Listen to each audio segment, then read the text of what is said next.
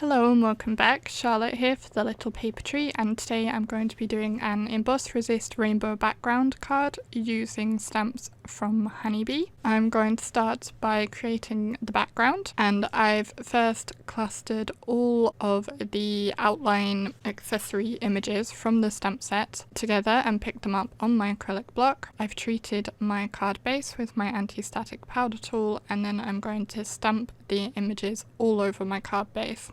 As the clear embossing ink is very difficult to see on the white card base, I will add the embossing powder after every single inking just to make sure it's a bit easier to see and so that I won't overlap my images. I know it doesn't show up very well on screen, but it did make it easier for me to see it in real life. Each time I go in with my stamps, I'm going to rotate the blocks slightly so they're a different position every time just to make the pattern more interesting. You could repeat them in the same direction each time if you prefer, which would give you a more uniform pattern. I also did find that my cluster didn't necessarily fit together in all the spaces, so I did go in and move some of the stamps out, or at the end I also took just some individual stamps and filled in some of the little gaps that I had in my design. Once I was happy with all the stamping, I heat set that with my heat gun, and as I'm embossing directly on my card base, I did make sure to let the heat gun get nice and hot before I started the embossing, because that way the heat gun will be on the card base for less time and it will minimize the amount of warping. I'm then going to start on my ink blending, so I've put my craft mat down and I'm going to be using just 4 colors for my rainbow background. When I last made a rainbow ink blending video, which I will link to in the top right hand corner, I actually used quite a few more colors than this, but I talked about making rainbows with limited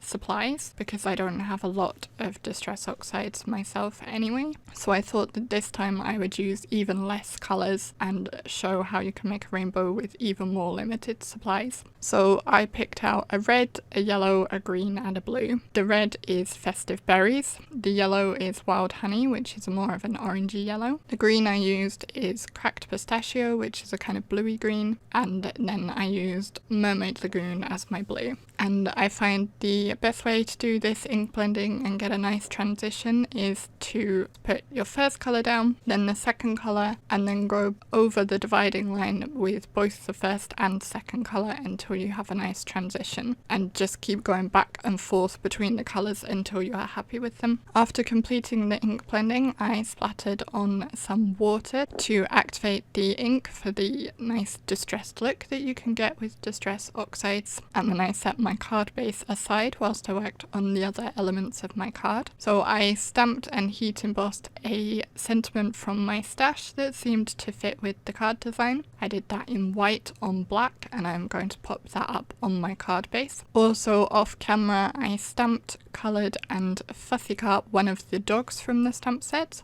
I was trying to work out what kind of dog this is. Perhaps if you know, you could let me know that in the comments below. I popped that up on my card base as well, using the sentiment strip as a grounding area for him, and then I decided to add some googly eyes to the dog. This wasn't in my original plan, but I thought it looked really fun, so that's what I did. And that will complete my card. I hope you enjoyed this video. If you did, please do press the like button to let us know. Leave a comment down below and let me know what your favourite colour combination is for making rainbow backgrounds. All the products that have been used in this video are linked in the description box down below if you'd like to find those, and there's also a discount code you can use. If you're not yet a subscriber to my channel or the Little Paper Tree channel, you can subscribe by pressing the buttons that are on screen now. And there's also another video on screen that you might like to watch if you want to see more from us straight away.